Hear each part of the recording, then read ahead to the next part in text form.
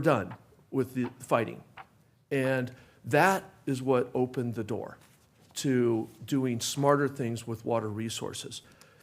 The next step that had to happen is Metropolitan has had this long-standing policy that member agencies can't exchange water between themselves. So the general managers, member agency managers went into what we called it the business model. We called it the business model process. Oh, it's one of us. The business model process where the member agency managers spent several meetings trying to figure out how to incorporate exchanges into the policies of Metropolitan, and we did that. So in August of 2025, Metropolitan took an action to their board to allow exchanges. So that opened the door finally so that we could do something very collaborative with Water Authority. Their general manager and myself had been in conversations literally for a couple of years about exchanges and figuring out how to make this work. There was certainly a lot of discussion about what would be beneficial for Water Authority and what would be beneficial for Western and our member agencies. And I will say, a couple of years ago, we were a really long way apart. You could say it was a chasm. It might have been the Grand Canyon between where we were on making a deal. And I just want to thank Dan for really moving a lot to figure out a way to make this happen. And so a lot of conversations. And so in March, after our staff, Rick and Josh and Tim and Ryan and myself, negotiated for about 5 months to get to the agreement that was approved on March 19th. And so I'll get into the details of the agreement later. But as part of that, we also carved out a pathway for all of our member agencies to be part of the deal. And so we had a non-disclosure, as we've talked about in this process, where we couldn't bring our member agencies to the table to negotiate, so we negotiated on their behalf. And we are doing our best to not close any doors on what our member agencies might want when the non-disclosure agreement was lifted, and we can actually talk about the agreement and figure out how to move forward from there. So we did that. So partner agency agreement review meeting started in March 25th. So literally 1 week after we signed the agreement with Water Authority, we had a meeting here with all of our member agencies, said, okay, here's the deal. How do you want to participate? And so from that point till June 25th, we were talking about how this could work. And then the member agencies all approved it on June 25th, and we're here today for Western side. So let me get into a couple of the details of the agreement. Let's go to the next slide. So how does the water exchange work? So Water Authority has water that's been created by conservation on the Colorado River. This is with Imperial Irrigation District.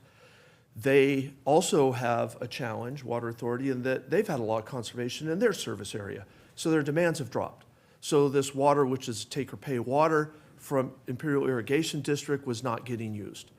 San Diego was still paying full amount for the water. So obviously that is a problem for San Diego. So in this agreement, we're acquiring some of that exchange water for the Western service area. The water will be delivered through Metropolitan. It'll all use existing Metropolitan facilities. So there is no change to how the water is delivered. We have to create new connection points, delivery points. It'll all be kind of the normal accounting, except a check will go to Water Authority instead of to Metropolitan Water District. A really big important part of the negotiations is that this water will count as local water for all of us, not metropolitan water. So in the event that Metropolitan has an allocation in the future, this will be counted as local water, which we all need and want, and super important for our water portfolios. Next slide. So here's our agreement. Here are the terms of our agreement with Water Authority. So we have a baseline supply of 10,000 acre feet per year of water that's going to come through Metropolitan. So that's for Western. That's 10,000 acre feet of water for the term of the agreement every single year. One of the things that came out of our negotiations was the need to, the request from Water Authority to purchase more water in a one-time pre-purchase. And so we agreed to that. So we also have 30,000 acre feet of pre-purchase water. That's one time, that's not taken every single year. It's on the books right now. And that water is acquired for the good of our whole service area. The main purpose that we acquired that water is in anticipation of a drought and shortages by Metropolitan. And then we will figure out at that point, how do we use this 30,000, or do we want to use this 30,000? We have to take it by the end of the agreement in 2047, so we won't wait too long, and we'll make sure, because we've bought the water, we'll make sure that we take the water. And there are some operational issues with the rules on taking that water, which are all fine with us.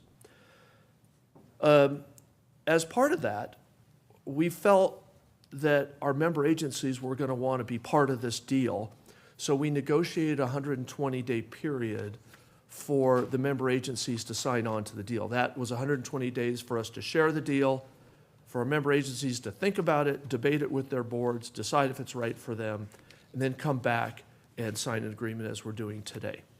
We set aside, or we basically got a commitment from Water Authority for 5,000 acre feet of that water. That water is, go back to term one, it's considered baseline supply water for the member agencies. So it's not a one-time purchase. This is water every single year for the term of the agreement. The agreement runs through 2047. There's a couple of off-ramps in our agreement. If rates go, if the Water Authority and Imperial Irrigation are going to renegotiate at a couple different points in the agreement, we can opt out if those negotiations don't go the way that we want and they exceed a certain increase. We can opt out, or we can stay in. And then there's going to be the option to extend through the year 2077. So this is a 50-year agreement that we're talking about. This is an enormous deal. The water is deliverable in both wet and dry years, subject to system operations. Obviously, the water's coming through Met system. If Met has a system problem, we can't take the water, we don't get the water. And there's no other guarantee that you'll get some other water to replace it. If Met can't deliver the water, we just don't pay for the water and we don't get the water. We may get into a talk that we want that water that wasn't delivered later, but that's all to be determined. But it's not take or pay in that sense. If they can't deliver the water, we don't pay. Next slide. All right, so what happened with our partner agencies is they overachieved. We set aside 5,000. They came back and said, oh, we'd like more than that, which, you know, we kind of anticipated that might happen, but we didn't want to overpromise with Water Authority and kind of taking water off the table that they could negotiate with other parties on. So we said 5,000. So here's what came back. Corona, Elsinore, and Rancho combined wanted 12,500 acre feet of water. We only had 5,000. So to me, that just meant Craig get back to work with Dan. And so we did that. Next slide. So here's how it kind of breaks out. We actually have 10,000 for Western, 12,500 for everyone else. So we actually need 22,500 added or in the baseline. I went to back to Water Authority and talked to Dan, and he agreed to add 5,000 more to the pot. And so that's what they committed to. So they set aside 5,000 for the member agency. He agreed to bump that up to 10,000 for us. So we still have a 2,500 acre foot challenge. So let's go to the next slide. So here's what we did. So this is kind of getting into the details of the years that the water's taken. And this is important for Water Authority. and I'm not going to get into the reasons why it's important for Water Authority. Let's just say it is. In 2026, Western is taking the 10,000 acre feet. The 2,500 that we're short, Western is going to step up and commit 2,500 of our 10,000 to our member agencies. So Western actually now is going to get reduced from 10,000 to 7,500. 2,500 is going to get allocated and shared between Corona, Elsinore, and Rancho so that they're whole in their request. In 2027, their requests are filled. In 2026, you're getting 2,500 of our requests. So the CFOs have all gotten together and they're all comfortable with this. So we've vetted this carefully.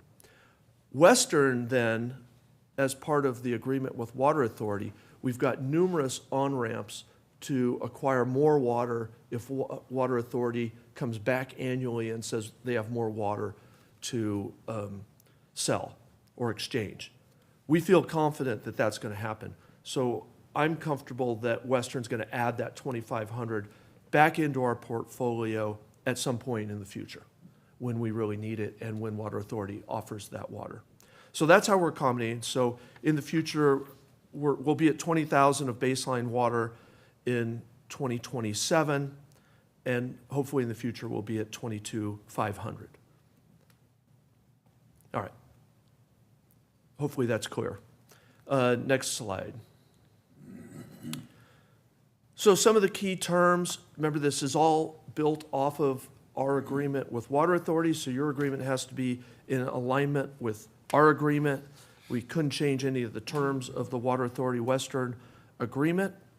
So subject to the terms and conditions of the 26 delivery agreement and the 25 exchange agreement, contract quantity, partner agencies' contract quantity will be proportionally reduced if Western's exchange water supply is reduced. What does that mean? There's risk. There's always risk. So if something happens on the Colorado River, remember there's Colorado River water, if the Bureau of Reclamation comes back and we're all watching what's happening on the Colorado River, I fully expect there's going to be cutbacks. So Imperial Irrigation District is a right holder on the Colorado, just like Metropolitan is. I would anticipate that there's going to be reductions to all of the California right holders, and actually all right holders in the 7 basin states. So this statement just says that if Imperial Irrigation District is reduced for some reason and doesn't have the water to exchange, we will be reduced correspondingly with whatever their reductions are. So we'll just share in that. We won't pay for water that we don't get delivered, but it's just making sure that everyone understands that if San Diego's exchange water with IID is reduced, we will take a reduction in ours, and we won't pay for whatever is not delivered. Contract, the term is through 2047. There's an opportunity to extend to 2027, just like our agreement, so this agreement will mimic that. And the initial contract price starts at $1,304 per acre foot. Next slide. Win-win-win. We worked really hard to make this a good deal for everybody, and $1,304 is a little bit of a premium over the current Metropolitan rates. All of our CFOs are doing their own calculations of how those lines are going to progress. When are they going to cross? This water, the agreement increases by inflationary rates on the contract price with San Diego. Metropolitan is going to increase at the same inflationary rates plus rates for water supply projects that they're going to roll into their rates over the next decade or 2 decades. So all of our CFOs and myself are very confident that these lines are going to cross, and within a handful of years, this water likely will drop below Met rates. So not only are we diversifying, but in the long term, we're going to be paying a lower cost than Met rates for this water. A big win for Water Authority. They are now getting revenue from water supply that they were paying for and they couldn't utilize. So this is a really good deal for Water Authority. Water Authority is going to have another challenge. They've got their Pure Water Recycled Water project that's going to come online, which will reduce their IID demands. They will have a second phase of that coming on in another decade, which will further reduce their IID and Carlsbad desal demands. So there may be likely more opportunities to expand on this agreement. But for Water Authority, it gives them some revenue certainty, which was really important for them. For our partner agencies, we've had a little subgroup that's been working on, well, what do we do if there's another drought on the state and there's a Colorado River problem, and we're also committed to imported water still. We do everything we can to develop local water, but when we have that 10-year drought on the state project that we know is going to happen at some point, and Met goes into a big allocation, where are we getting water? And so, we all know, we've talked about this a lot, we've been looking at ocean desal. It's $8,500 an acre foot. This project provides basically the same amount of water that we were going to get through ocean desal, but rather than $8,500 an acre foot, this is $1,300 an acre foot water.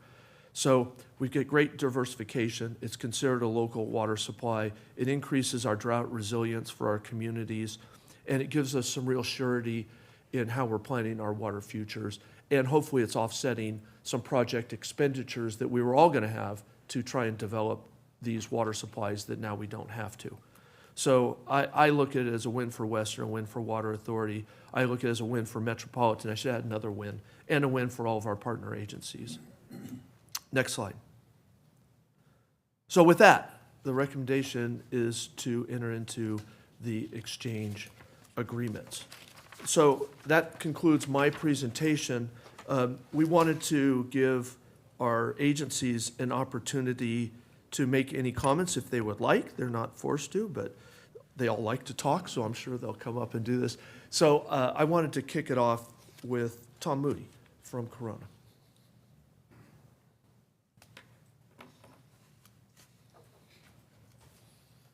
Craig's probably a little nervous. He has no idea what I'm going to say.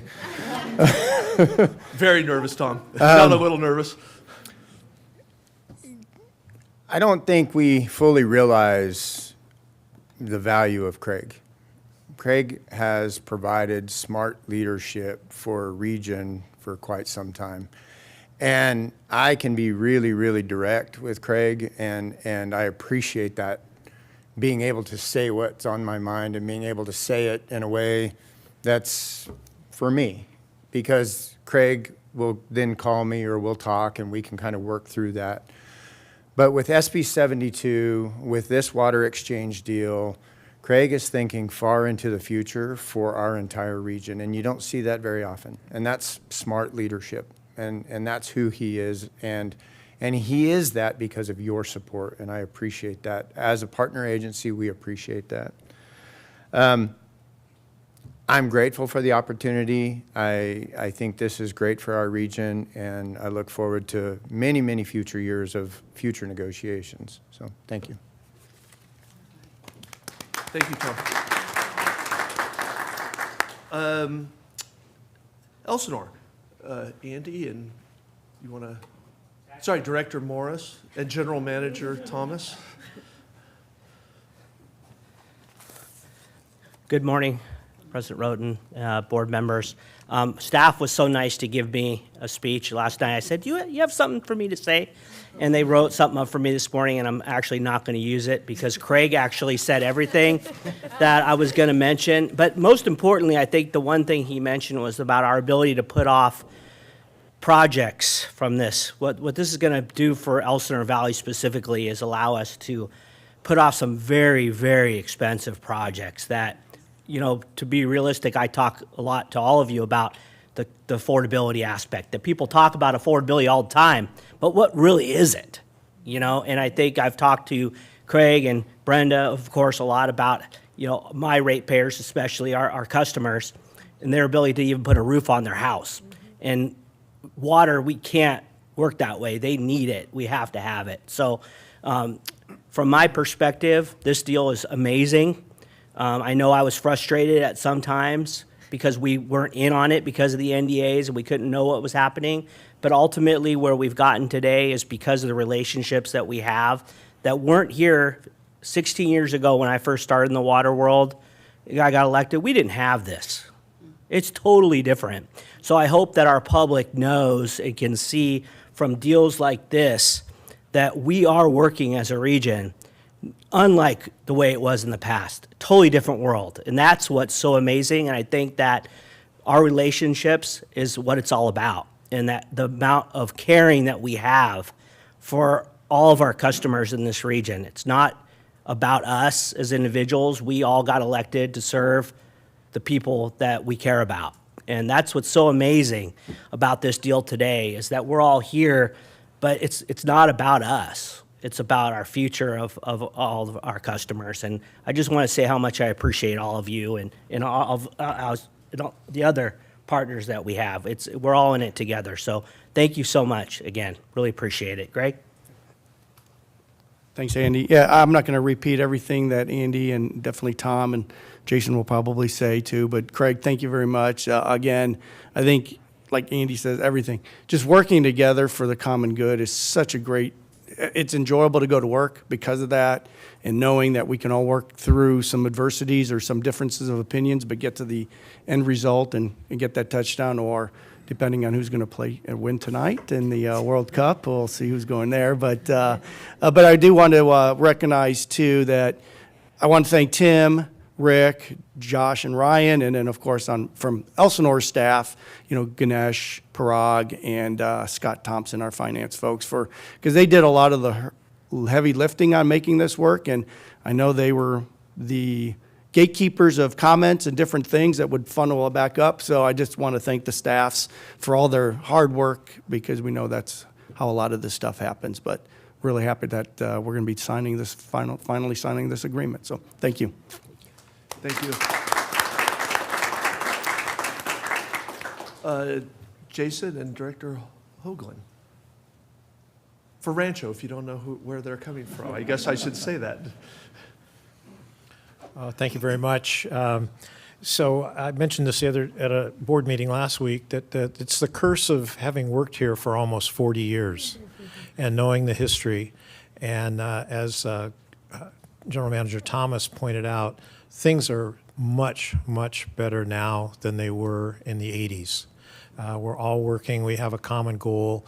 And I just want to thank the Western Board for your continuing support of your general manager and the activities that you're working at to really solidify the region in an effort to support our customers. That's really the reason we're all here.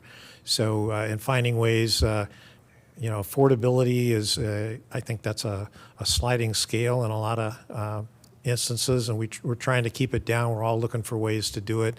This is one of the ways, and certainly in my experience as a general manager, finding new ways to use existing infrastructure is one of the best ways to help keep things affordable as we can. So again, thank you all very much for your support for the region, and this is just one element, and hopefully we'll find more as we move forward, but thank you very much.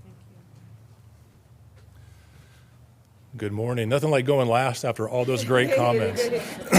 I just want to echo what has been said this morning. I think, first to start off by thanking Western Municipal Water District and the Water Authority for their creativity and innovation in coming to this kind of agreement.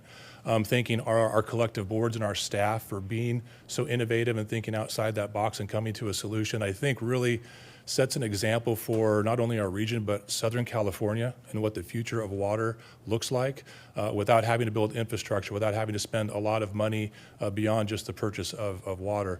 My thanks to General Manager Miller. He is a great partner to work with, and the other agencies as well, Corona and Elsinore. Sitting in the room, bouncing ideas off of one another. How can we come to that agreement? We're oversubscribed. How do we get to that number? In the end, it all worked out, and couldn't be happier about signing the agreement today. So thank you so much for all your work.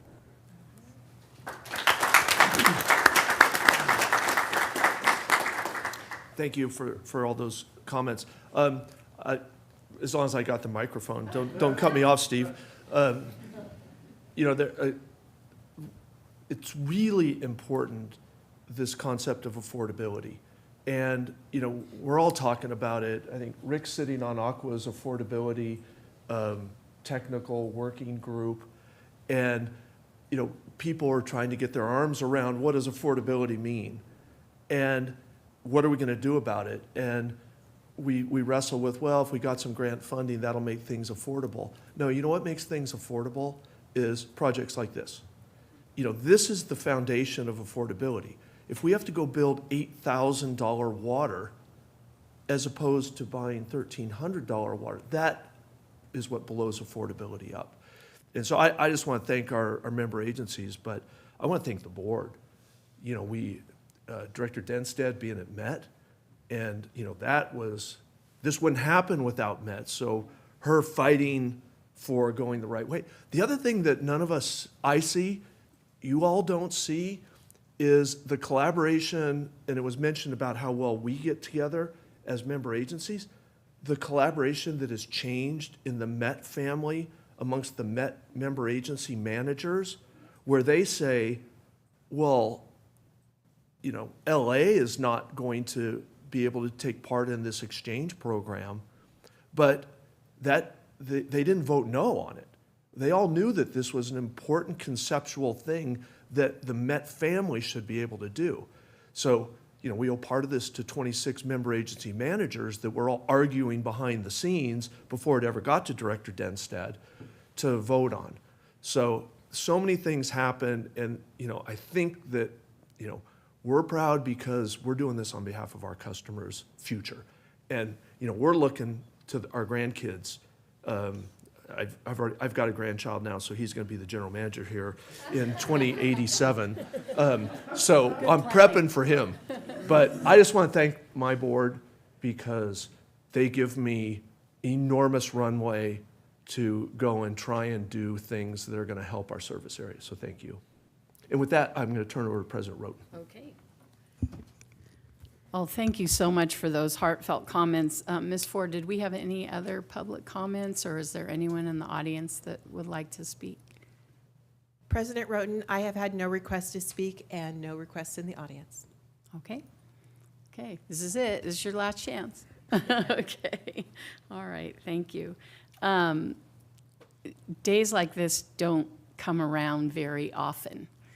And the culmination of the hard work done on so many levels and so many different components of what it took as Craig went back through that timeline. I think it's so important to remember the timelines because we're also concentrated on moving forward. I know for me personally, sometimes I don't remember as clearly how we got here so we could move forward. So just to have all of you here today and to celebrate in this success, which is not just us patting ourselves on the back, but it is us serving our communities, our residents, the future of water in our region. And it's just, it's very gratifying, but it's also exciting and encouraging. And I hope when in the future we have days that might be a struggle or a challenge, that we can kind of bring back this memory as a feel-good to help us continue in our efforts to secure water for our region and really even for the state itself, and to heal those wounds between south and north and all of those things that go along with this. So thank you all. We so appreciate you all being here today. And I loved walking in and seeing this table, and I know we're going to utilize that in just a bit. But before that, I do have a few comments I'd like to make, and then I'll open it up to the board. Andy, I did have help from the staff on my comments, and I love that they have gotten to know me well enough to, when they write these, I can almost hear my thought process through them. And so I appreciate that, and just a couple little tweaks here and there. And so with that, I'm going to start. Today represents another important milestone in Western Water's commitment to long-term reliability and regional collaboration. As a regional wholesale water provider, one of Western Water's greatest strengths is creating opportunities for neighboring agencies to work together on solutions that strengthen water reliability across our region. And that's a big thing. It's not just, there's not a boundary in water. There's not a line on a map. It is regional and statewide and really United States wide, but I don't think we're going there yet. Earlier this year, we approved a long-term water supply agreement with the San Diego County Water Authority, which you've been reminded about this morning. Today's action builds on that work with the opportunity for the City of Corona, Elsinore Valley Municipal Water District, and Rancho California Water District to participate alongside Western in that regional partnership. And I think that word alongside is really important. These agreements represent one more way Western is supporting our member and partner agencies by expanding access to diversified water supplies and adding another highly reliable source to our region's water portfolio. Probably picking up on this regional theme. This is a great example of how neighboring water agencies can accomplish more by working together than any one agency could do on its own. And I really appreciate the references to back in the day that it was different. I haven't had the privilege of being here that long, although I'm coming up on 5 years, which I can't believe. But I know this goes a lot further back. And I don't have that to compare it to, but I do see how we are working together. And it's refreshing, and frankly, it's invigorating to me to see a government agencies that can work together for the greater good of the community. I'd like to recognize and thank the leadership and staff of our partner agencies from the City of Corona, Elsinore Valley Municipal Water District, and Rancho California Water District. Their willingness, your willingness, to think strategically, embrace new opportunities, and work collaboratively is helping strengthen water reliability, not only for our customers, all of our customers, but for our, there it is again, region as a whole. By making the most of existing water supplies, as Mr. Miller reiterated, sometimes I almost don't have that at the forefront of my mind, how this is all being done without having to build the infrastructure and the strong partnerships we've built over many years, as was confirmed today. We're strengthening long-term water reliability for all the communities we serve. I'd also like to thank our staff for their dedication, creativity, and behind-the-scenes work to bring these agreements to fruition. I believe this is exactly the kind of collaboration our communities expect from us.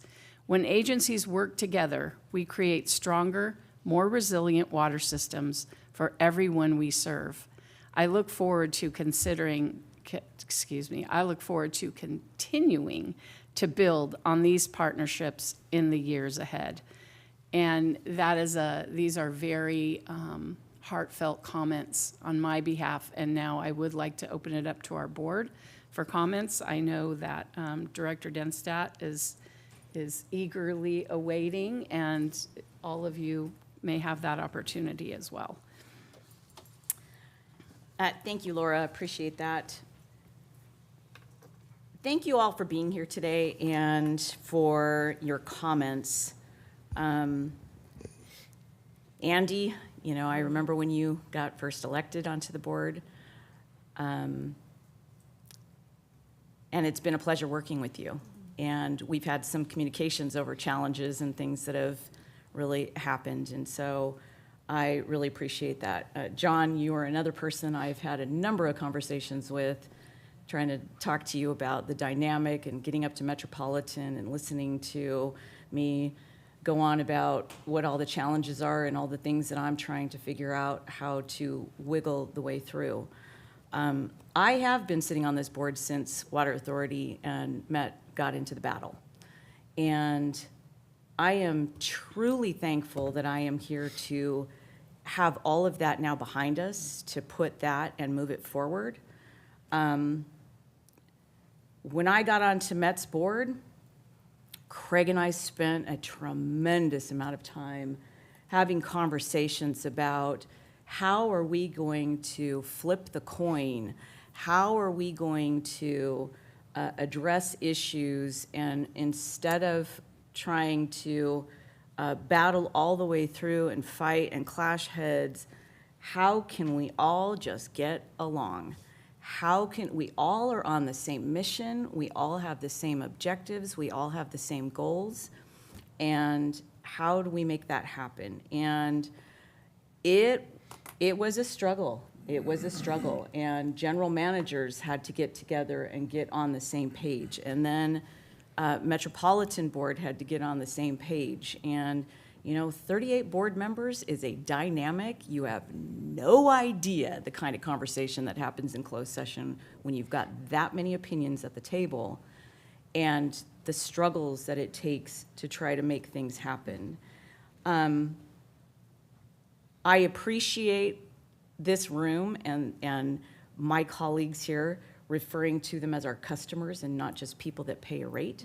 That is something that I've been trying to go for a long time. We're here to provide a service to them, and they're paying for that service. And so I really thank you for that. The affordability has always been a mission of mine.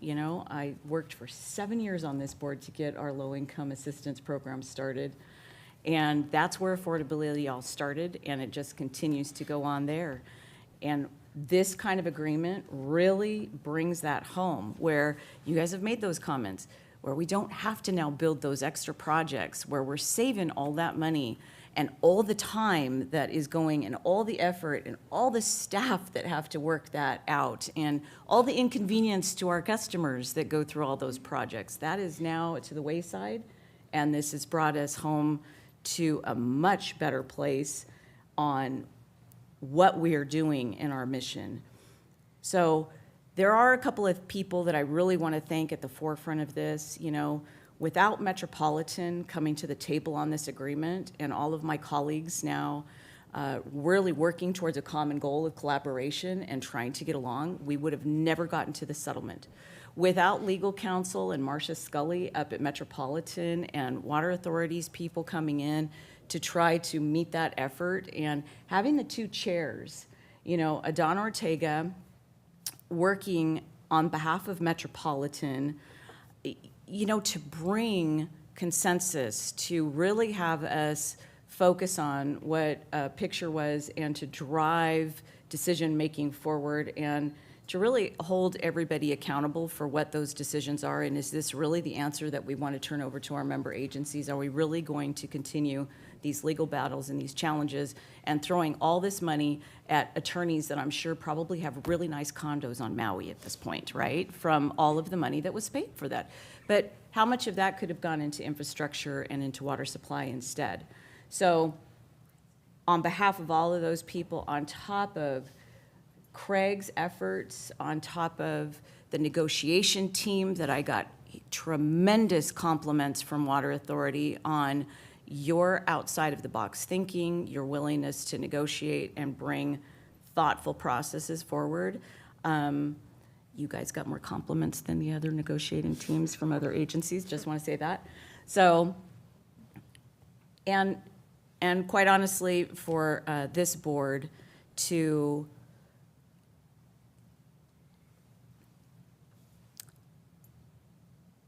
allow me to go up there and represent our agency and work towards all the common goals has just been an experience of a lifetime, and I thank you for that. I really do. I thank you all for that. And thank you, Craig, for all of your support through all this process. This is such a huge win for all of us. And it's such a thing. And I hope you guys all do your press releases, and I hope we all talk about this to our customers and what the dollars amount to. People look at this and think, oh gosh, no big deal. Oh God, this was such a huge deal that it took years to come to. And the millions of dollars across these agreements that are going to be saved and realized that our customers do not have to write checks for. So I just thank you. And if it's the pleasure of the board, I'm happy to move this side. Okay. All right, and I wanted to make sure that we give everyone an opportunity, if they'd like it, to comment. Director Gardner? Just a couple of things. Our partner agencies, you guys, you're our customers. Your customers are our customers. And we don't serve them directly, but we help you serve them. And we have, in a way, we have a responsibility for them, just like you do. And we work hard to try to meet that. But Craig is, today is Craig's performance evaluation. We've got a closed session. So, Yeah, interesting nice, scheduling yeah, of nice, that. nice timing. But, Someone's in charge of the agenda. but, I mean, really, the timing is good, because this is such a remarkable thing that Craig is largely responsible for. He had lots of partners in making it happen, but he was the driving force. And your general managers, utility managers, work so well with Craig and your boards with our board that I think it's amazing. People talked about this would not have happened back when. Well, back when was 5 years ago. This would not have happened 5 years ago. And it's just, it's a monumental shift in the way California water agencies think and plan and work together and support each other. And sometimes one entity gets more than another, and that's okay that time, because the next time, the entity that got less last time gets more this time. So thank you all for your participation in this, and congratulations, and thank you, Craig. Hi, well, Director Torres? first I'll second the motion, just to make sure that we're okay. He's been like whispering over here, needs a second. I'm just kidding. No, I want to just, one quick question, and this is for the public, because we've all seen this several times, most of you way more than that. You mentioned if there's reductions at IID, then we wouldn't just take that water, and I want at least a clarification that if that does happen, we still have the option to buy Met water. We wouldn't just go without water, right? Well, we will use our water portfolios to fill the gap. Right. It is likely that in a situation where the IID water can't get delivered, there might be a Met problem also. Okay. So that's why we're all preparing very diversified water portfolios. You know, if two bad things happen at the same time, we still got to serve our customers. Sure. So I can't answer that With a the way yes. I'd like to, that no, we could always get it. But that's why all these general managers earn their keep, because they're diversifying their portfolios. And we'll switch to groundwater, we'll get to stored water, we'll get to exchange agreements that we have in place. Okay. But, you know, that takes a couple of bad things to happen at the exact same time, which we hope never happens. Well, I hope so too, but I wanted just to make that clarification, to kind of highlight the importance of how securing resources, and what a incredibly great job we are doing in that. Obviously, this is a 50-year plus, hopefully plus your grandchild can deal with later. But the fact that we've secured these agreements with Met and San Diego, and now, I thought when we did this 2 months ago with San Diego, that was exciting, but to see that this is directly now impacting our member agencies, our wholesale agencies, and our region, like literally touching them, this is so much bigger than what I expected to feel, to be honest. You also mentioned, Craig, that, at some point, the costs will intersect, and there's graphs, being thrown around by the smart finance people, but it's just almost incomprehensible how amazing our pathway is if inflation, if things stay how they are right now, what a savings and what we've really done for customers that I won't see, some of us won't even see on this board later. And so, thank you for that. It's too big to even comprehend, and I'm still trying to figure out how to say it in layman's terms to people when I talk to them. But I want to just add to all the comments, Craig and his team, and I think because Director Gardner mentioned it, the only way I can describe, and I have described in said evaluation, is the visionaries. You stole my word. Yeah, like visionaries. This plus other things that have happened in the last year have really been incredible. And 50 years of water allocation as a water professional, I mean, it's, and most of us, all of us over there, and right, it's unfathomable. Good luck beating this. But we're here to support it. This is amazing. You're a visionary. Your team, the way that you've executed something so huge is, man, it's phenomenal. And then I just want to say to Director Denson, this is probably more personal than we should get up here. I can say without a shadow of a doubt that our friends, directors, Galliano and Stockton would be so proud of you. Like, this is, and again, there's so much more that's happened. This is just one thing that you've been able to deliver as a Met member, as a Met director, and great work. So, and that's it. That's all I have to say. So I'm the last one. No, congratulations to everyone involved. This is huge, and I see this is the win for a future of our region, and it couldn't have happened without Greg's leadership. I'm like, everyone working. I'm like, Director Denstead, thank you for taking off the load to go to LA and to fight for us. I'm like, every day you talk to us about your schedule, and I'm like, good luck to you. Every day I'm like, thank you. I'm like, I could be doing this, but you have taken on this leadership, and you've delivered for us. So thank you. We acknowledge this work that you've put in. Thank you, everyone, and this is big. Let's do it, and let's, congratulations, and thank you for all the work our partners agency have done to work together to deliver for all of our customers and region. So thank you.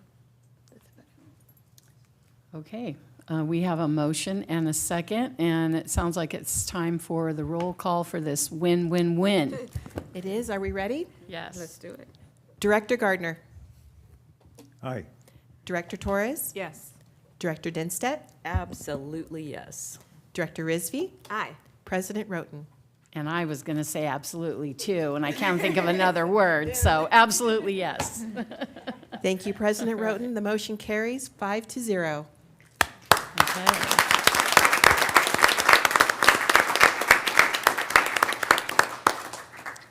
Okay, we are going to pause for a few minutes for the ceremonial signing of the exchange water agreements and photo opportunity.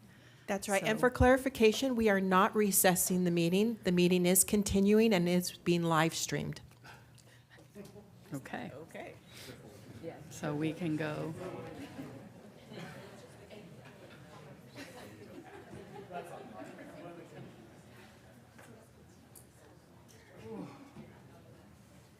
At this time, we'd like to invite any staff, Westmore staff, Westmore board members, our guests from Rancho Water, Westmore Valley, and the city of Fresno, up from the table for a photo by audio directions on where you guys.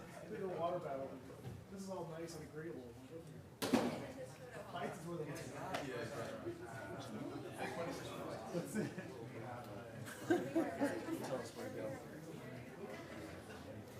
Very nice, gentlemen. Congratulations. Somebody take a photo.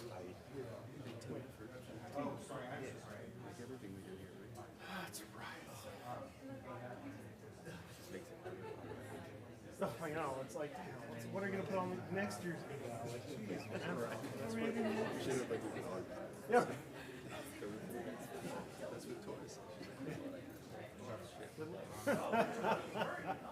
Your state agreement, understand, let's go.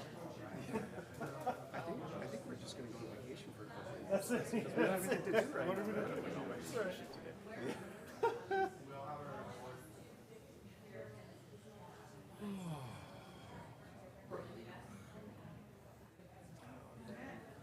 We'll go ahead and invite our Western Water staff to go ahead and join in on this. Get in, gentlemen. It's not my deal. Have the general managers, or sorry, our board members, agencies sign first. We'll take that as an individual. Okay, great. And we'll pause. You're more connected to it than I am. And we'll do their signing for us as well. And then, I'll be in with the camera for, sounds good. We go ahead and have other Western Water staff that they would like. All right. Yeah, so I'll get action photo after we do the smiling photo, yeah. So we'll do the smiling photo first. You gonna fill in? Alright, just one moment, please. Smile, look happy. Look happy. Can I go ahead and have everyone in the back row just shift to your left just ever so slightly, please? And so then we're on, and just squeeze in a little bit more, perfect, like that, wonderful. Alright, everyone go ahead and look at my camera first. You cannot see the camera cannot see you. So go ahead and smile nice and big right here, please. 3, 2, and 1. 3, 2, and 1. 3, 2, and 1. Perfect. Alright, so let's go ahead and have we're going to go ahead and have our board members sign first. So go ahead and place that in front of you, please. And you guys are able to look down towards the board members with the signing. Alright, here we go. And 3, 2, and 1.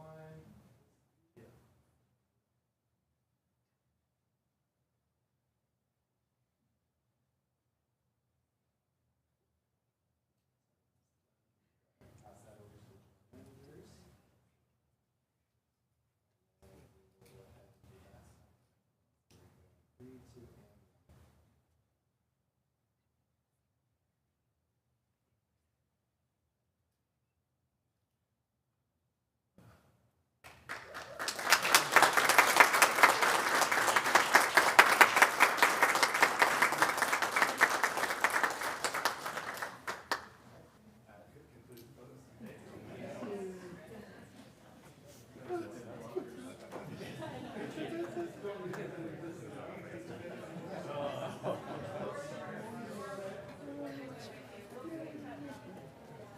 Congrats, boss. Look at this guy. It's 1 cent stone now. If it wasn't already.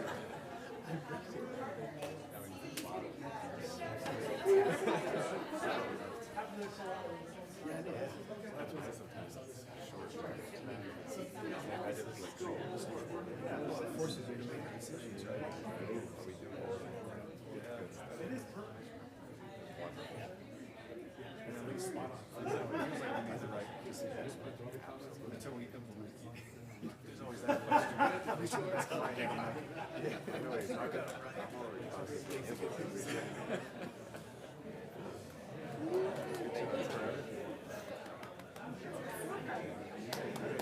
Pulled it off, made it look seamless.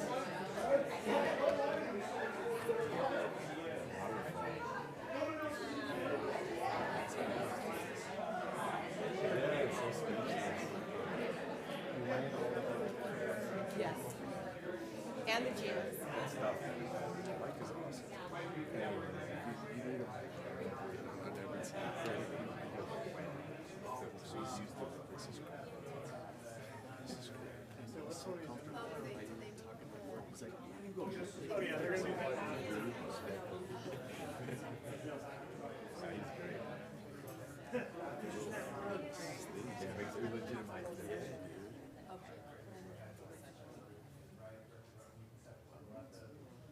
We can kind of like place yourself behind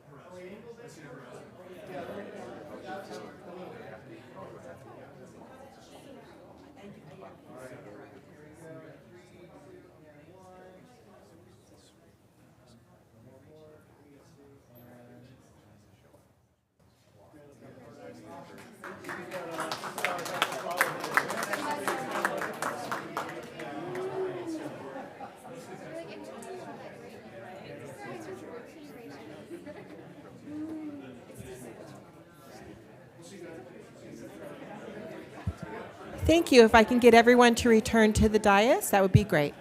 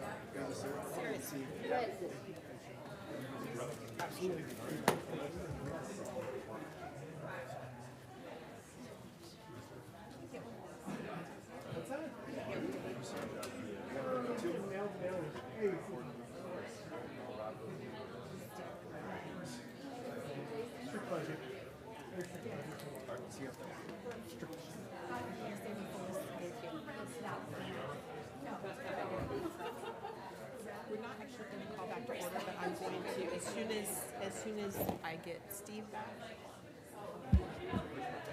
If I could call everybody to their seats. We need technical director.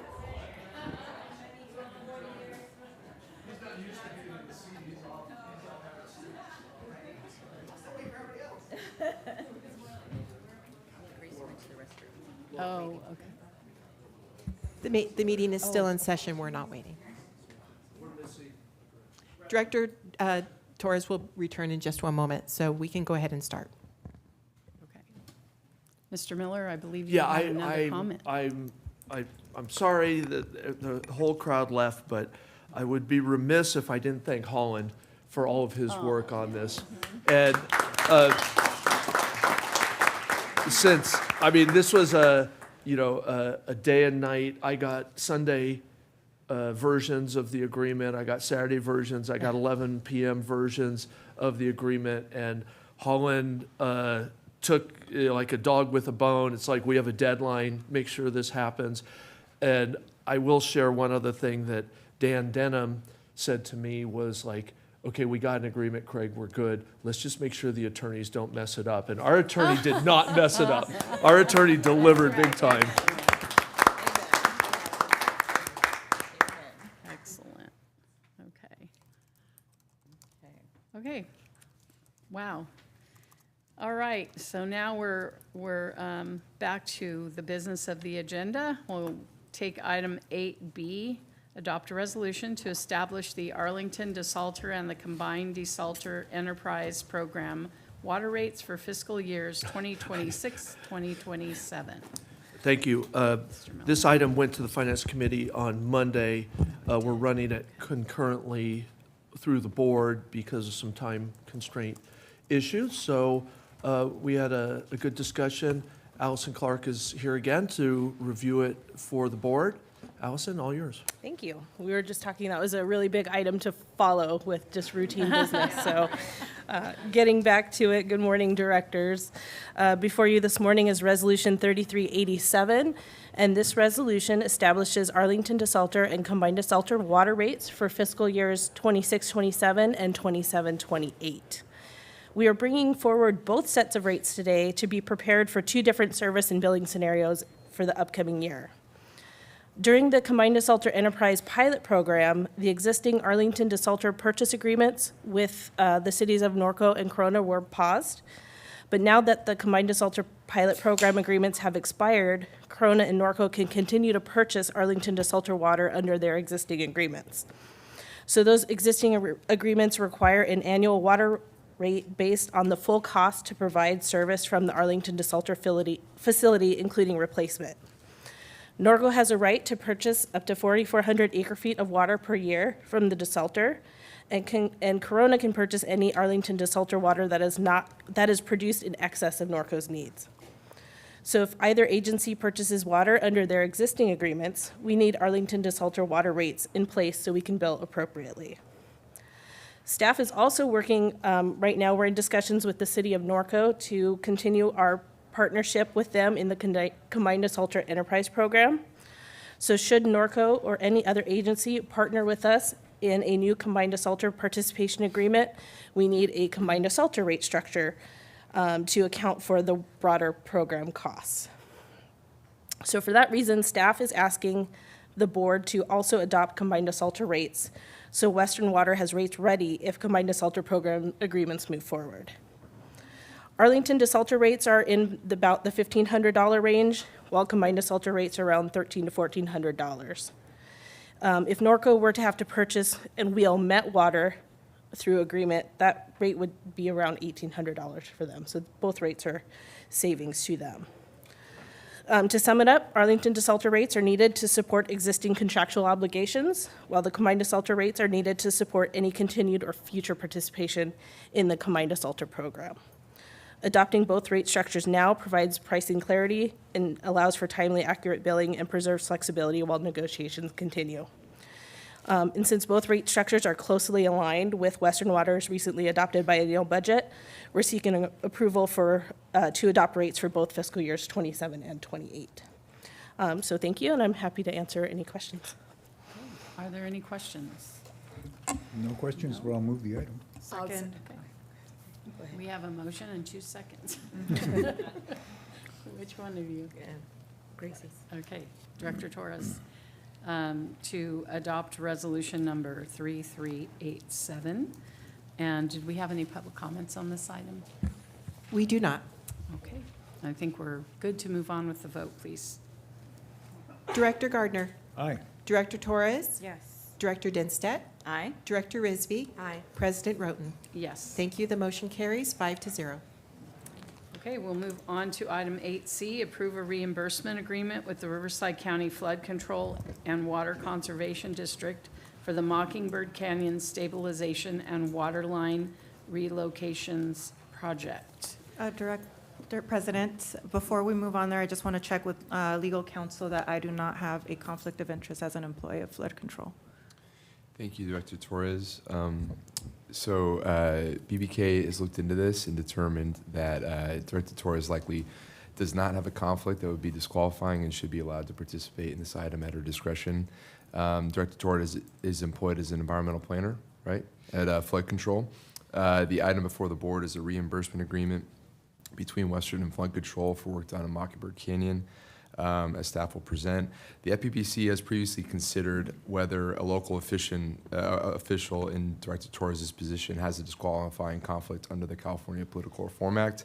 And the FPPC issued the following test as guidance for local agencies such as ours, and it's the one we'll follow here. So assuming the contract does not result in any direct financial gain to Director Torres, the contract does not affect her department, and the interest is disclosed on the record. Director Torres may participate even though she's a flood control employee.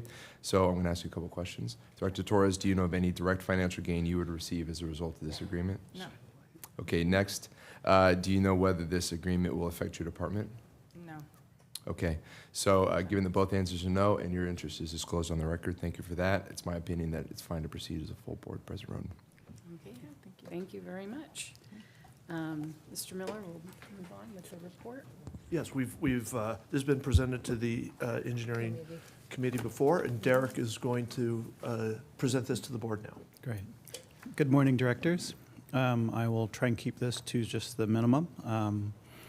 This item was request the approval of a cooperative reimbursement agreement with Riverside County Flood Control and Water Conservation District for the Mockingbird Canyon Stabilization and Waterline Relocation Project. The Flood Control District is moving forward with drainage improvements in the Mockingbird Canyon area. You can see it in the map that's displayed up on the screens. And this work is going to conflict with several existing Western Water facilities. To accommodate the project, certain Western pipelines will need to be relocated or protected. Under this agreement, the Flood Control District will include the waterline relocation work in its construction contract, and Western will provide oversight for construction of Western-owned facilities. The agreement establishes each agency's responsibilities for cost allocation, payment, inspection, ownership, and long-term maintenance. Western's estimated share of the project is $3,641,000. This amount is within the board-adopted fiscal year 2026-2027 capital budget, which includes $4.5 million for this project under the System Improvement Reserves. That's the Riverside Water Fund 20. If bids exceed the budgeted amount, staff will return to the board for additional appropriation. Staff recommends the board authorize the general manager to sign the cooperative reimbursement agreement with the Riverside County Flood Control and Water Conservation District. This concludes my presentation, and I'm available for questions. Are there any questions? No, are there any public comments? There are none. Move to approve. Second. We have a motion and a second. Whenever you're ready for the roll call vote, please. Thank you, Derek. Director Gardner. Aye. Director Torres. Yes. Director Dinstedt. Aye. Director Risby. Aye. President Roten. Yes. Thank you. The motion carries 5-0. Thank you, directors. Okay. So item D was moved to after our closed session item. So we will move on to item 9, reports. General Counsel, Mr. Stewart. Thank you, President Roden. Just a small report for the board this morning on sites, if that's of any interest. There's the water right is sort of process is moving through the state board. It just got postponed again. So there's going to be a supplemental hearing for the Sites Project Authority on some evidence that was offered, some engineering opinions. That's going to be at the end of this month.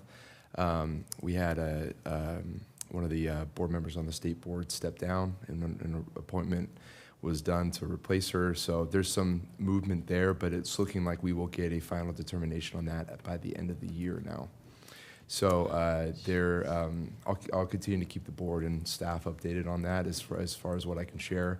But it is looking, it looks probable that it will be adjusted in some way. At least that's what we're hoping.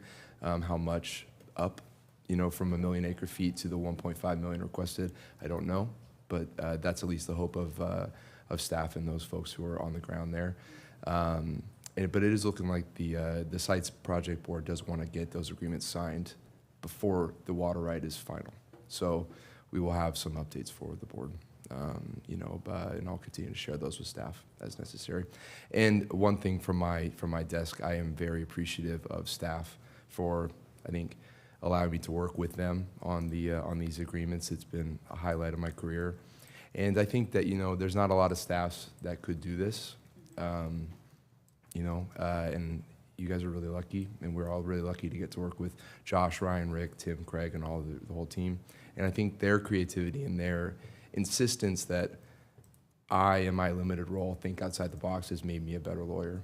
I think that is, and it's a joy to be challenged and pushed and think, well, that may be what you want to do, but what if we did it like this? And I'm like, that's annoying. I would like to just do it the way I like to do it, but I don't have a good answer for why that's not, for why, so it's a real pleasure. So very much thankful for the team here, and very, it's a total joy. So thank you. Thank you. Oh, thank you for those comments. That was great. Okay, we'll move on to general manager and staff reports. Okay. Mr. Miller. My first one is the CSDA election. I think I had told the board that we would bring back the candidate list to the next ComGov meeting and have a discussion. That was a bad idea on my part because that's after the election, so that's probably meaningless.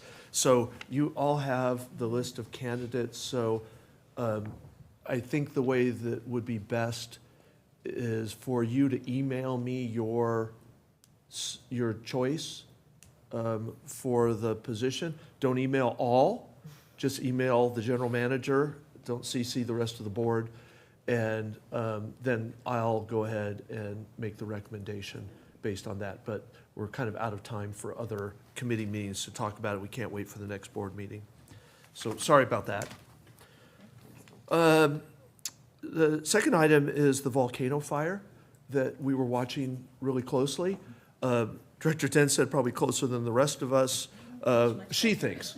But actually, our ops team was watching it very closely, and so I appreciate the board's reminders that we have fires and things, but our staff was already filling tanks. Chris decided to activate our EOC at a watch level, which is what we did a month ago about when there were 2 big fires going. We didn't, when we say we activated a watch, it kind of opens the doors to the Emergency Operations Center. We didn't feel like there was a lot of risk, but we thought it was really good to be prepared just in case. Good Boy Scouts or Girl Scouts. So our tanks, we filled our tanks, we watched. Cal Fire did a great job of controlling the fire, and it turned out not to be an issue for our system. And I was talking to Rancho, whose system it was in their system, and they fared just fine. Director Hoagland was sharing that they're going to award a contract for one of those dip tanks that they wish they would have done a while ago, so it could have helped the fire. But the fire department was dipping out of the recycled water ponds to get their water, and that was very close. So anyway, Cal Fire did a great job.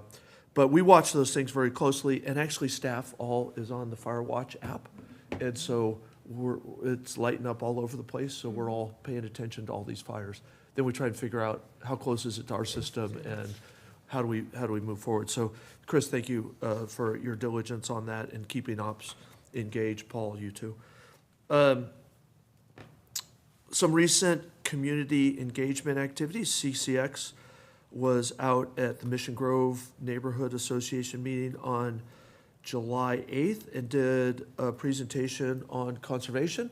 So, you know, our customers are all paying attention to conservation. We're making sure it's in front of them. Remember, we have this conservation as a way of life that's going to roll out new requirements, so we don't want that to be a shock when that happens, and we have to be in compliance. So our team does a great job of getting out and sharing tips for all of our customers. So we'll continue to do that at the neighborhood community meetings.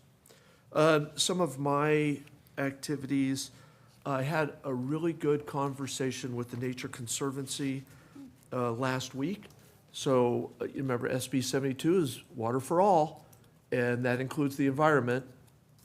And Sandy Matsumoto from Nature Conservancy is on the advisory committee with me.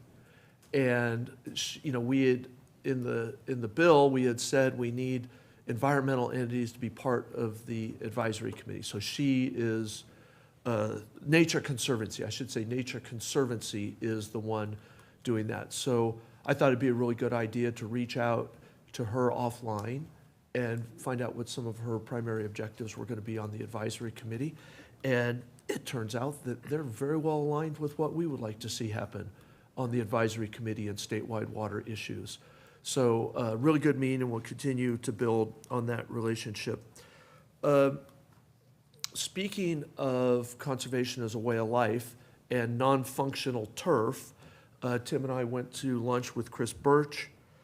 They have JCSD-owned frontage in front of some of their industrial areas that they own the parkways, and it has non-functional turf.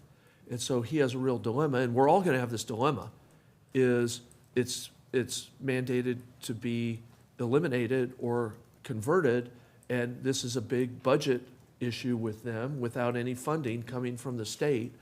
And so how do they do this? And so Chris was asking us, how do I do this, and is there anything that Western can do to help? Which Tim sent an email last night that through our turf rebate programs, how about if we offer you $500,000 to help the situation? And like a good member agency, he said, well, that was a good start, thank you. And so we'll continue to work with them. But this is an issue that is going to be in front of us constantly. And, you know, we have to figure out a way to, you know, do this with as little impact on our customers as possible. I have a, quick question on that. If everything works out and we're able to help JCSD, how is that going to be sustainable for us with other member agencies or other? So it's part of the existing program. So we're not creating anything new. Everyone has access to the program. They didn't maybe realize the details of the program. So they all have access. Tim, anything? Tim's leading the charge on the programs. So when we met with Chris, I mistakenly told him that Western already adds $1 per square foot for turf replacement anywhere in our general service area for commercial entities and public sector entities. What Sarah's team reminded me is that it's not $1, it's $2. So I just got to present the positive news that we're already adding, under board authority, $2 per square foot across the general service area for any commercial or public sector participant. So we're already doing it. So I was delivering the good news, that's all. Thank you. If I could, just a quick question. Is an alternative, rather than converting it, to convert the water source to recycled water? Yes. Is that economically feasible in their instance? Do we know? Was that part of your discussion? No. It's in their analysis, and it's quite a distance from the source of supply. So the best alternative is to do climate-appropriate landscaping and continue with potable water for now. Okay, thank you.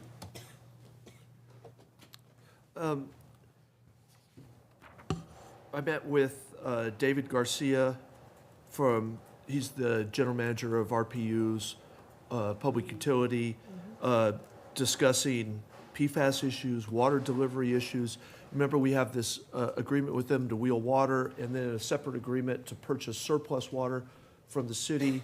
We normally don't get water from them this time of year because their demands go up and they need their water. They've continued to deliver water to us right now, which is great. We're always trying to maximize that amount because it's less than net water and it's a revenue source for the city, so it's a win-win. So we're continuing to work with David to maximize that. And one of the key elements of getting that surplus water is what's happening in all their well system with PFAS. And they've taken advantage of the litigation just like we have. They're planning PFAS treatment. We're quizzing them on how that's going, what's the cost, when is it going to be implemented. So he's got a lot going on at RPU. The other thing I wanted to report on is, as one of my duties as a water master of the San Bernardino Basin, Heather Dyer's the other water master. Our two teams got together on Monday and had a discussion. It's a very passionate discussion about a lot of things that are happening in the San Bernardino Basin and how we're going to manage that basin collaboratively. And we always make good progress. There's so much going on with modeling of the basin and the safe yield, the same thing Director Gardner deals with the Chino Basin. We're dealing with the San Bernardino Basin about pumping. Unlike Chino Basin, some of the San Bernardino parties have unlimited pumping, so they can pump whatever they want, which is really hard to control, obviously. How do we manage the basin and keep stable water levels in the basin when a whole bunch of the parties can have unlimited pumping? So it is a challenge, and there's a lot of management opportunities and collaborative effort that we're looking at through what we're calling the Basin Optimization Program with all the pumpers. So that's a big rock to move.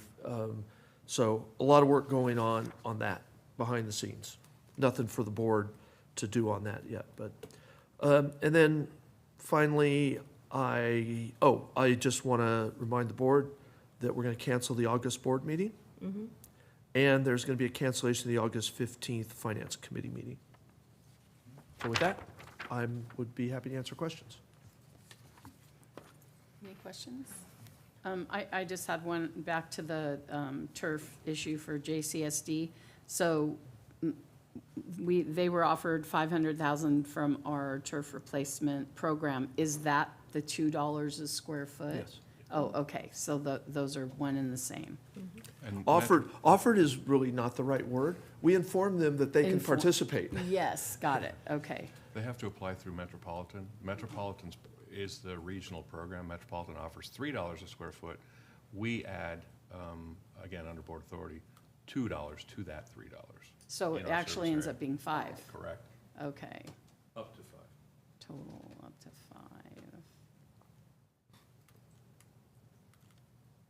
Okay. And you said that was commercial and industrial? So, because I'm thinking of all the landscape, like CFDs that Eastville has all throughout that are, they're not all turf. HOAs and Some are all- plants, but. Any commercial, industrial, institutional, or public sector landscape. Public sector, interesting, okay. Okay, just curious about that. So, all right, thank you, Mr. Miller. We'll move on to director comments and requests. SAPA, Director Gardner? Okay, SAPA did meet last, excuse me.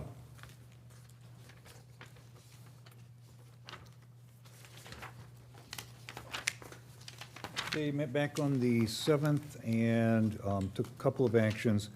They were scheduled to adopt a fiscal year 27 salary schedule. There was some confusion amongst board members about whether general managers had sufficiently reviewed that and were okay with it. So it got delayed for 30 days. And I was just informed yesterday that general managers have now, those who had not, have now waded in. And so I think that will get approved at the next meeting. They also had put out an RFP and were in the process of recommending a vendor to select for new perimeter fencing around the SAPA property.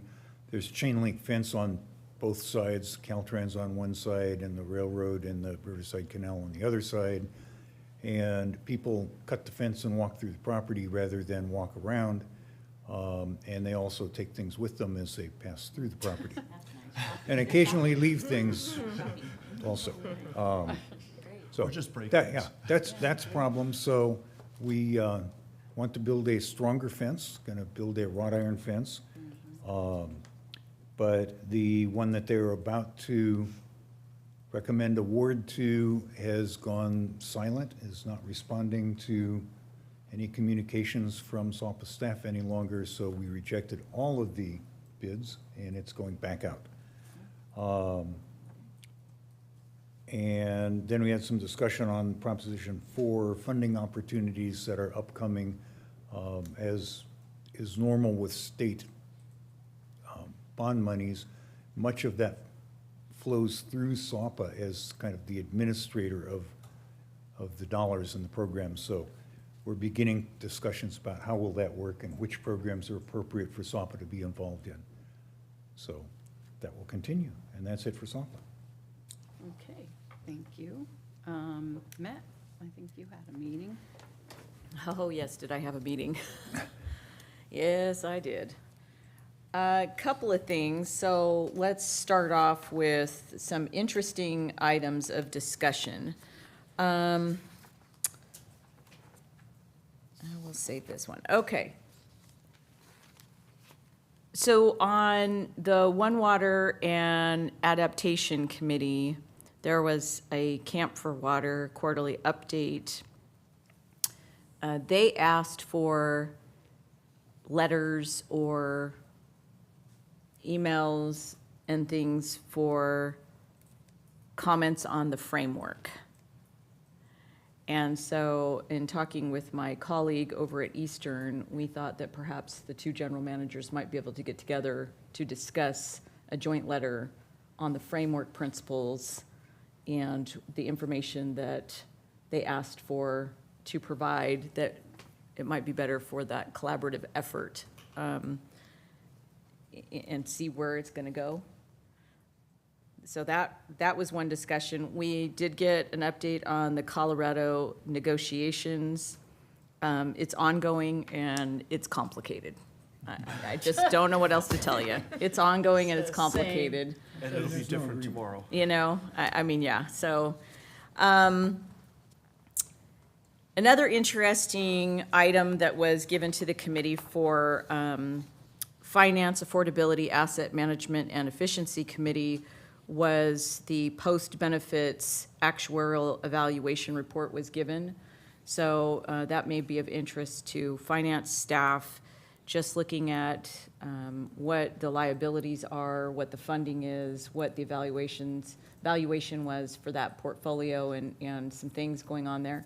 I think it was a lot of information, and I think there's probably a discussion to be had at some point just to have conversation about it, because, you know, that it's a big component. It's a large piece, and they certainly aren't funded as far as we are. I mean, they're not, Metropolitan is not as good position as Western is. And so, you know, maybe at some point we can have a little diving conversation over some value I might bring for discussions as we look at that later on down the road.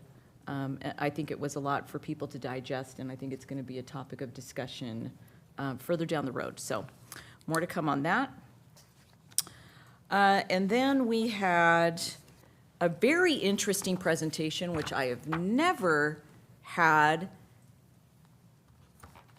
It was, you know, and I take a fair amount of time on this, but we had a guest speaker at the Ethics Committee, and it actually was the executive director of the Fair Political Practices Commission. Oh, wow. And she came and spoke directly to us and gave an entire presentation over the mission of the FPPC, what the act is, all the complaints that they vet throughout a year's time frame, and they talk about what the difference is between formal opinions or higher than advice letters, and if you ask for an advice letter, it can give you an immunity if they give you advice and you practice it and then somebody else files a complaint against you.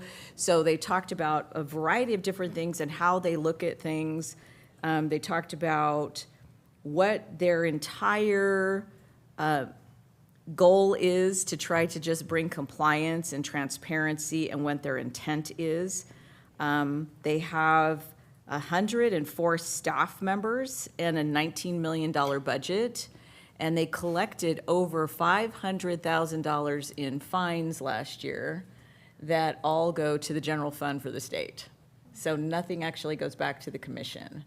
So that was, I thought that was kind of interesting. I didn't know how much, one, they ever collected, and two, where does it actually go? So it all goes into the general fund. They don't actually get to put that into a pot of money that then gets, you know, either more staff or whatever it is, but. Is that meeting recorded? Yes, it is. Oh, And it was okay. very interesting to just listen to, because again, I've never heard a presentation from the actual executive director. The other thing that was interesting too is that she talked about how the chair for the board is a full-time paid, and the rest of them are not. So it's interesting. And they're appointed, so, and they have terms, so. So there's a variety of appointments. So because you cannot have a commission that has all of one party affiliation, the governor gets to appoint one, the Senate, the assembly does, and somebody else does. So they all come from a different appointment body for different, so they can't have a majority of one party on there. So it's very interesting, you know, to listen to some of the inner workings of the clock that goes on. So I would encourage you, if you have an interest, it might be worthy of you sitting down and watching. It was like a half-hour-long presentation, and it's on the Ethics Committee. So it was very interesting information and very enlightening on some of the things and how they have a tendency to look at things, how they process sworn, non-sworn, and anonymous complaints, how they go through, and the timelines that are associated with each. It was very interesting. So that was a first for me.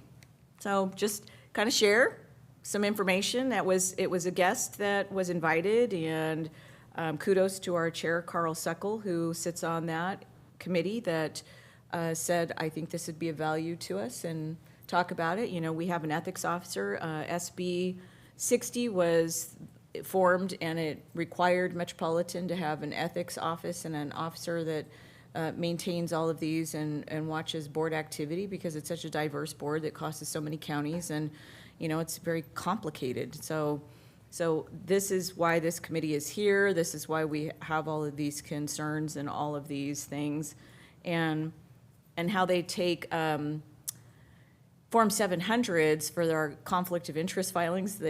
they see like 25,000 filings a year. So the audits that they go through for these, it was very interesting to listen straight from the person at the top of the ladder. So I would encourage you, if you have the time, go back and look at the recording. And then the other interesting thing, and I have to tell you, I was on the like versus the not so much like on this, was we are at Metropolitan getting ready for the centennial, the 100-year of Met. They're old. And what Met is getting ready to gear up for, what they want to do to, kind of ring in that 100-year celebration. And they kind of asked directors, they've been looking for ideas of how we can go forward with this, and it'll be coming up in 2028. Well, one of those ideas, and I have to tell you, I like it, is to do a, no, even better, do a Rose Parade float. Oh, yeah. And they have done it before. There is history. Metropolitan had participated for, I believe it was 9 years. And I think it started in like 1935 was the first float that Metropolitan did. The cost is a little pricey. It's about $450,000 for the float. There is a $35,000 application fee that has a timer on it, so it's due in September for 2028. So we have to kind of make a decision. Phil Polly and I, he suggested it because he and I were talking about this, and WRCOG, we don't use public funds for that General Assembly and for the keynote speaker and for all those things. A separate foundation was established, and then there's sponsors that come in at certain levels and contribute to that, and we raise quite a bit of money in order to support that event. And so the suggestion was we should look into something along those lines and get support. Perhaps member agencies could participate in doing the contribution for a float to do something like that. There was talk over the value, right? There is talk about the employees just volunteering for the decorations, which could be a huge deal, and a lot of fun. But, I really look at it kind of as an outreach and a advertising piece, right? And the dollar value that we could get. Now, granted, the people that are watching that are participating, are coming from all over the country, but it certainly puts a forward-facing message out there, and we could certainly hit conservation as a way of life on a float and do all kinds of different things and really generate some traction on this. And then, of course, the float is left in a display area that people get to go up and look at, see, and all that. So, and quite honestly, for employee morale, I think it would be kind of a cool thing for the employees to be able to participate in. I think there was a little bit of, cheering in the background for something like this to happen. So, no. So the application is due in September. This would be for 2028. Because we need to hire people, they do a whole construction thing, they kind of come up with the idea of what the float looks like. I mean, it's over a year of planning. So it was one of the ideas. So the 450,000 covers like the design of the float? And the building and Actually seems pretty reasonable. and that. So Burbank has participated in this, the city of Burbank, so Marcia Ramos, my colleague on the board, was very supportive of this because the city of Burbank does one every year. So I just throw that out there, and if you have some suggestions of something, there was a long list, time capsules, all kinds of different messaging things that we could do for the 100-year anniversary. So I just put that out there for your knowledge, topic of discussion, but I'm kind of all in support of the float. So how many likes versus the? Well, we didn't really take a, Well, yeah, okay. but there was there was a lot of discussion. Let's put it that way, a lot of discussion, okay? All right, the meat and potatoes of the actual board meeting. So, we did, in fact, support several agreements that for the Colorado River Board for the 6-agency committee and the Joint Powers Authority, that was passed and authorized. We did have to do a 2/3 vote passage on that, so that has been approved. And the state water contractors was approved, thank goodness, right? So we're gonna be sending off checks for that. The big topic of discussion was over the islands. And, you know, when we passed the budget, there was a motion, an amendment to the motion that was changed over the 4 islands that Metropolitan purchased many years ago. Most of this came about with that budget discussion and what are we doing with these islands. They originally were purchased for the mobilization of the tunnels, for the construction of the tunnels, to have staging areas, to have places to be able to do things through and all of that. So now that that kind of has gone to the wayside, everybody is, what are we going to do with the islands? What is this? The amendment to the budget on the motion was that a market study be done over the value of what these are, what it means to Med, how much, you know, if we were to put these on the market for sale, what would that look like? There are long-term leasing agreements on some of these islands now.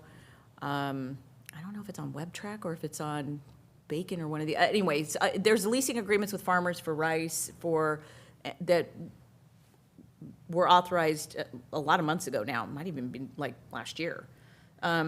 So there is some value with those leasing agreements. And then there was, in fact, so the conversation was awarding a contract for WebTrack, which is one of the islands, to do this project. And it was done with grant money. So there's grant money that's coming in on this. There's a small portion of Metropolitan's contribution to this. However, we found out yesterday, I think through discussions, that there's another grant seeking to fill that grant to fit the funding, and, you know, and then everybody said, we'll have to come back and show you all the details on all of that. So very controversial. Should we go ahead and do this project while we're doing this evaluation on the market study, or shouldn't we?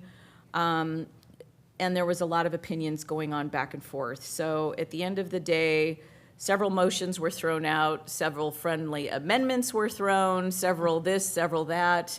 At the end of the day, I think the vote finally was the staff original recommendations, and it was approved with 60.21% of the vote to go ahead with accepting the grant money and forwarding the project. But I think there's going to be a lot more discussion on this, and what value it has, what we need to do, and what the future is of that region up there for Metropolitan's involvement with it. So there are a lot of pluses and minuses on either side, and we can talk about that if you want to, but it's still shaking out, and there's still a lot going on. So that happened, and then we also did all of our compensation for the direct reports. So those were all approved. And then as a follow-up item, because it's not part of the administrative code, one of the things that we talked about that we were not able to do was the fact of performance evaluations. There are some directors, myself included, that perhaps a bonus is more appropriate than anything else to be able to give. And because the administrative code does not allow for bonuses for the direct reports, that there is discussion now to bring that back for what that could potentially look like as an option, but it would have to be an amendment and a change to the admin code in order for us to be able to even do that. So we have asked for that as a follow-up item so that we could start those discussions now, because it will probably take until next evaluation period to get that vetted, get it discussed, get it drafted, and possibly get it approved and adopted as part of the admin code for another way for somebody that's performing a very high level to be able to acknowledge that performance in another way.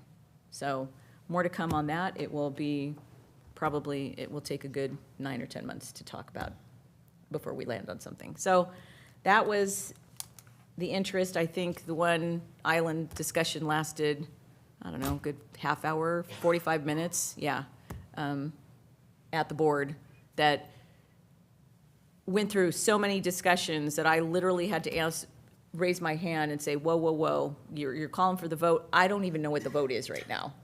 I mean, that's how convoluted it was. And when they restated what it was, legal counsel then went, whoa, whoa, whoa, that's not what I understood. And then it went around the room again. Oh, no, it was that bad. So it was very, very, yeah. So, I mean, writing down notes and saying, okay, wait a minute, what was this part and what was this part and what was this part? Because people were changing everything, and oh, let's add this to that, and oh, how about a friendly amendment to this? Oh, it was a lot. It was a lot yesterday. So, but we finally got through it, and gosh, who knows? Who knows what's going to happen in the next go-round? So, I think that's all I need to report today. Okay, goodness.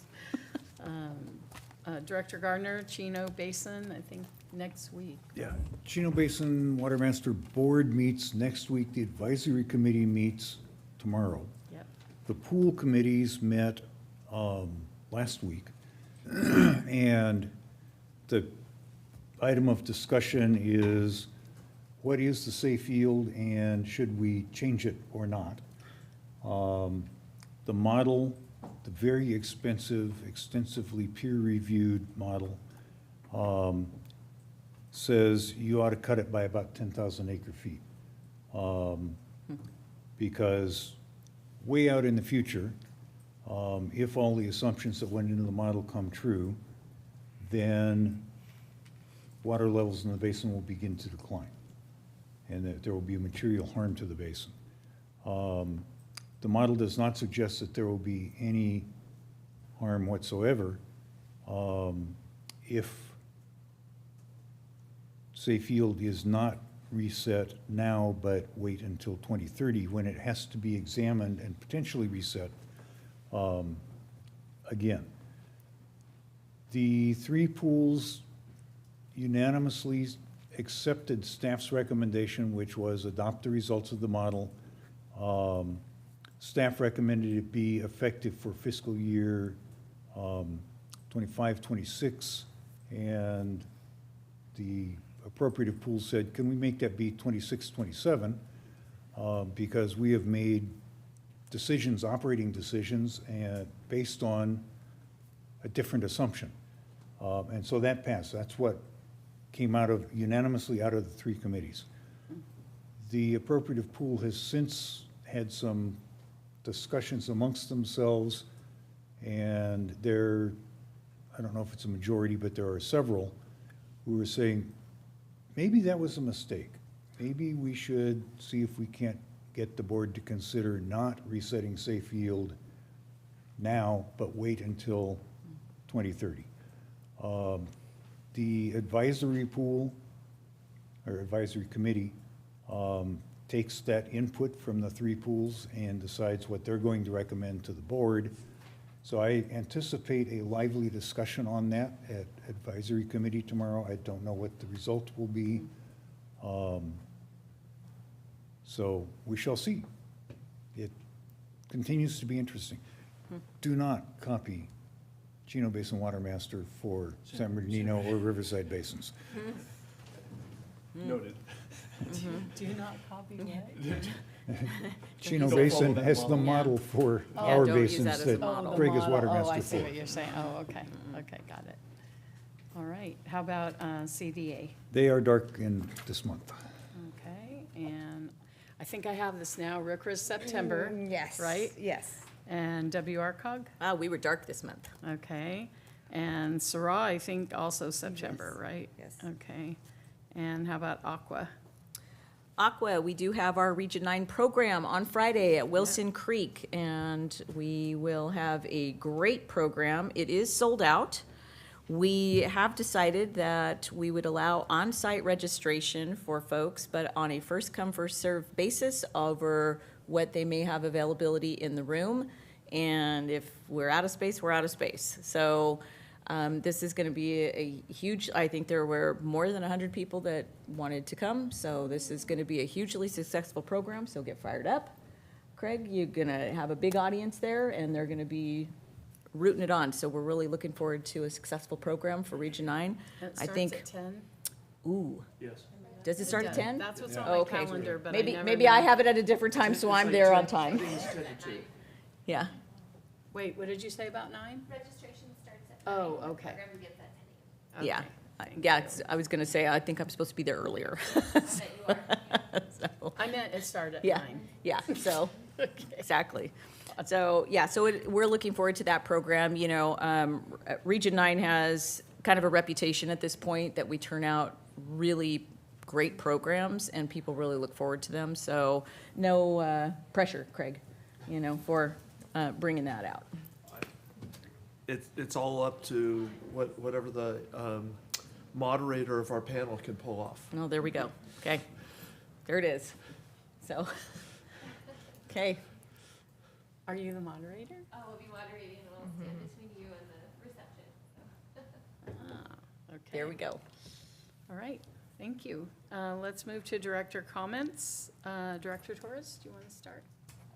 Just very, very quickly, it's almost back to school season. I have partnered with Riverside Unified School District and, oh my gosh, the Hoop Bus, in order to have a backpack drive. We'll be doing it at University Middle School, giving away 600 backpacks, 1,000 hot dogs, tons of cookies and other things. And so if you know anybody that may be in need, send them our way. And there's plenty more throughout the city, and I'm sure in the county. So plenty of opportunities to make sure our kids get right. And then just on a personal note, today my baby girl turns 19 years old. Wow. She was 11 when I was first elected. Wow. So it's, don't blink, good God, don't blink. I just have to say she changed my life, and it is because of her that I am right here. So happy birthday, baby girl. Nice. Director Risby? I have nothing. No? Okay, Director Gardner? Just a heads up that I am going to have to miss Engineering Operations and Water Resources Committee meeting on Monday, the 3rd. So whoever is going to be here to chair that, you need to have one other person other than me to be there with you. August 3rd? Yes. Okay. Isn't that a travel day for us? No, tomorrow, Oh, the 4th is? Yeah, Oh, okay. yeah, we're traveling. Okay. Yeah, yeah. To CASA, yeah, Dublin okay. CASA. August 3rd, no mic, okay. Director Denstedt? Yeah, I just wanted to make a comment. You know, Craig talked about the volcano fire, which was, yes, I had a very good view of it, unfortunately. I did have the Chinook helicopters flying over my house to dip into Rancho's basin over there. So I just wanted to thank staff for being on top of that. Craig and I had a conversation, and he said, yes, we're aware and we're ready to go. I was this far outside of the evacuation zone. So it's never comfortable when you're in that position, for sure. And I wanted to really thank my colleagues too. So Director Hoagland that was here from Rancho, I placed a call to him saying, hey, we're on it, and I understand our agencies are talking and everything is good. If you need anything from me, I'm here, but I'm looking at the fire, and it's all good. The city was very helpful and cooperative, and I just want to thank and appreciate them for all their hard work and coordinating efforts and making sure that resources were deployed. When it started, it lit fast, and it was moving because the winds were moving over the hill. So we were a little nervous there, but they really, really jumped on it with a lot of resources and had a lot of air support immediately, which really, I think, was the kicker. And yes, to your point, Director Hoagland said, yes, it's too bad because we have on our agenda for that Thursday, they had the dip tanks up there for the helicopter sites. They had 2. They received some grant funds from the County of Riverside to do those tanks. And when I pulled up their agenda days later and I looked at their map of the placement of where the tanks are going, the fire was right smack dab in the middle of that. So it's like, darn it, you know? So he said, well, why couldn't have they waited, Brenda, to start the fire until October when we would have been done with the tanks? Yeah, well, best case scenario, right? So, congratulations to Rancho for, approving those and getting moving on those, because it is definitely an area of concern. It's very difficult to get to, but when it comes over the hill and crest, that's where you got problems, because there's houses right on the other side. So just thank you to staff, and thank you, Craig, for, getting fired up and activating and doing EOC stuff, and I just appreciate you guys, really, I do. And they were very thankful that Western was absolutely on it, ready to go. That's all I have. Okay. All right, and believe it or not, I don't think I have any comments, other than just feeling like basking in the aura from today's meeting. This was just such a continuing of a great thing. I feel like it's the gift that keeps on giving, that agreement with San Diego County Water Authority. So very happy to have seen everyone here too. So that was great. Do we have any requests for future agenda items? Okay, I don't see any. So I believe it's time to move on into closed session. Mr. Stewart, would you take us into closed session, please? Yes, I will. Thank you, President Roden. So for clarification, we're going to go in on the first two, so 10A, 10B, come back here. We'll report out any reportable action, if any, and then we will, the board will hear 8D, and then we'll go back in for the last two, C and D. Correct? Yes. Great. So, thank you. So, the Board of Directors for West Municipal Water District will now go into closed session pursuant to Government Code Section 54956.9, subsection D4, and 54956.9, subsection D2. Thank you. It'll take us 5 to get the Zoom squared away, so if the directors want to take a brief break, that would be great. Let's try and kick off at 11:45.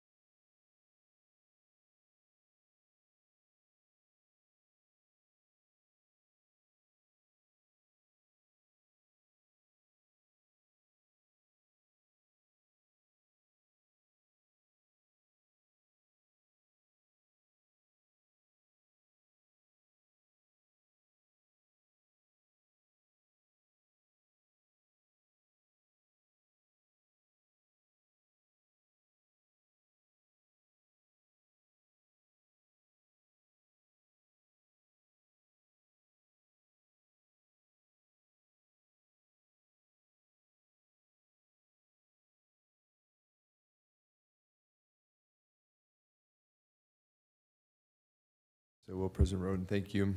So the Board of Directors for the Western Municipal Water District met in closed session on items 10A and 10B as agendized, and there was no reportable action taken. Thanks. Okay, thank you.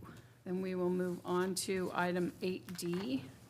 Receive and file a verbal report regarding emergency repair of the Mills Gravity Line, declare a continued state of emergency, and approve a budget allocation for the emergency repair. Mr. Miller? Derek Kwai will present the item for the board. Recording in progress. Thank you, lady. Good morning. Good afternoon, directors. It's been a little bit longer meeting today. This is an item that we are going to be reporting on every board meeting while the state of emergency persists regarding the Mills Gravity Line and the unauthorized fill and the evaluation thereof. We have completed evaluation and do believe that we have to do some repairs to the pipeline. We are asking for an allocation of $5 million in budget in order to proceed with design and those repairs. As I said, we will be reporting back progress every board meeting on how those, as those funds are expended, and give you updates as far as the progress of the repairs. With that, I conclude this report and ask you to vote on the fact that an emergency still persists. Okay, thank you. Do we have any public comment? We do not. Okay. Madam Director President, I Gardner. have a question of council. Do we need separate motions, or can they be consolidated? No, I think they can be consolidated so long as the board's clear on what they're voting on. Okay. Yeah. I will move then that we authorize continuation of the emergency declaration, and that we approve a $5 million budget for repairs to the Mills Gravity Line. Second. Okay, we have a motion and a second. Any other discussion or questions? Director Jones? Yes, I do have a question. I'm sorry, point of clarification. Do we need to add into there to authorize the general manager for signing for those funds? I mean, other than just adopting a budget for this, do we need to I don't do? think so. No. I'm Our just- side conversation is the emergency declaration would allow me to do that. Okay, I just want to make That's sure my we're clear on understanding, that, of who the signing authority is on that, so. Yeah, that's my okay. understanding as well. Thank you. Very good. Okay, we have a motion and a second. I think we're ready to vote. Director Gardner. Aye. Director Torres. Yes. Director Dinstedt. Aye. Director Rizvi. Aye. President Roten. Yes. Thank you. The motion carries 5-0. Okay. Thank you, directors. Thank you. So now we are going to go back into closed session. Mr. Stewart. Thank you, President Roden. The Board of Directors for West Municipal Water District will now go back into closed session pursuant to Government Code Section 54957.6. Okay, thank you.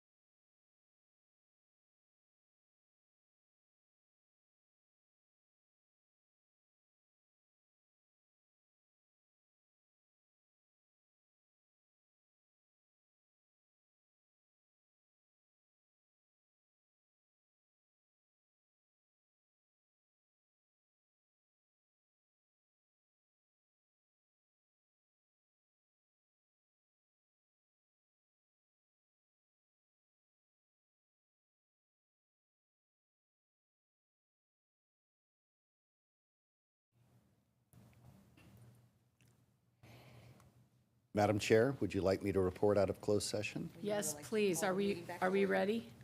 We are 1 second. I saw the thumbs up. I thought we were ready.